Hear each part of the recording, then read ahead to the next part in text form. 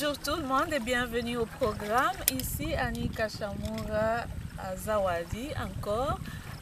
Je suis contente de vous retrouver. Nous continuons notre série sur le pourquoi. Pourquoi est-ce que les filles et les femmes restent dans une relation qui est abusive. Et nous avons encore aujourd'hui utilisé notre livre. Je peux témoigner. Si vous l'avez, à la page 40, il y a un poème qui s'intitule « Elle a essayé, elle a essayé ». De quoi je parle? Qu'est-ce qu'elle a essayé? J'ai utilisé ce poème pour explorer comment est-ce que les femmes restent dans une situation, non pas parce qu'elles le veulent, mais parce qu'il y a des situations, il y a des éléments qu'elles ne contrôlent pas. Et un de ces éléments, c'est la loi. Et donc là, j'ai parlé de comment est-ce que je voulais quitter, mais je suis arrivée pour payer un billet et m'en aller. Et on m'a dit, vous ne pouvez pas partir parce que vous n'avez pas la lettre qui vous autorise de partir. Mais c'était une contradiction pour moi. C'était un choc d'abord de voir qu'on n'était pas totalement libre de faire ce qu'on voulait et que la loi, justement, vous forcez de rester là où vous étiez si vous n'avez pas l'autorisation de votre mari, la personne que vous êtes en train de fuir. Et donc, je voulais partager ça avec vous parce que les gens ont tendance à croire que voilà, les femmes, elles restent parce qu'elles le veulent. Non, il y a beaucoup d'éléments, et notamment la loi.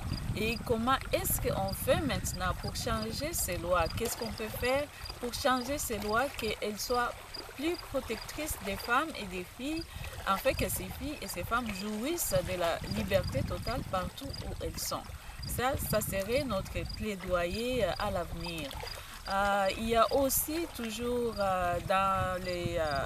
sur le plan systémique, les femmes restent et les filles restent parce qu'il n'y a pas assez de ressources qui sont mises à la disposition des services sociaux pour recevoir ces filles et ces femmes qui sont en train de fuir la violence. Je le sais parce que j'ai travaillé dans ces systèmes pendant plus de 15 ans et je sais que la plupart du temps, beaucoup de maisons d'abri disent non aux femmes de ne pas venir juste parce qu'il n'y a pas de place. Il n'y a pas de place.